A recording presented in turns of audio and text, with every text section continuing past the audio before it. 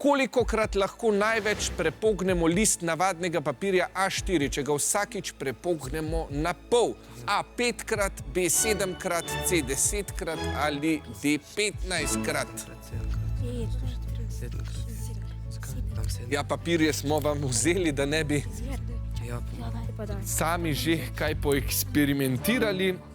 Aha, obe ekipi pa pravita B 7-krat. Je kdo že kdaj počel ta eksperiment?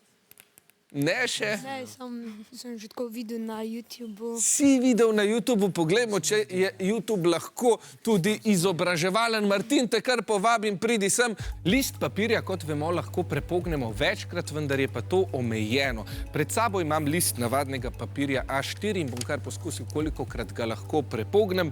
Pri štetju pa mi bo pomagal Martin, da se slučajno ne uštejem. Pa začnimo.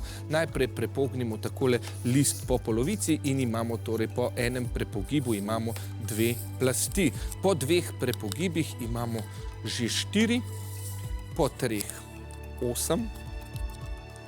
Po 4 prepogibih smo na številki 16.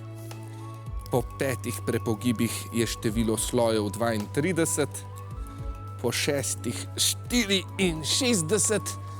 In po 7 prepogibih, ja 7 je res že kar težko izvesti, pa smo torej na številki 128.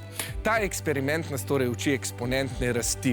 Če bi teoretično lahko prepognili papir 50-krat, bi njegova debelina znašala več kot 112.000 kilometrov, ampak dokazano je, da papir lahko prepognemo največ 7-krat, več kot to očitno ne bi šlo. Pravilen odgovor je B, ki 5 točk prinaša obema ekipama. Bravo in hvala, Martin.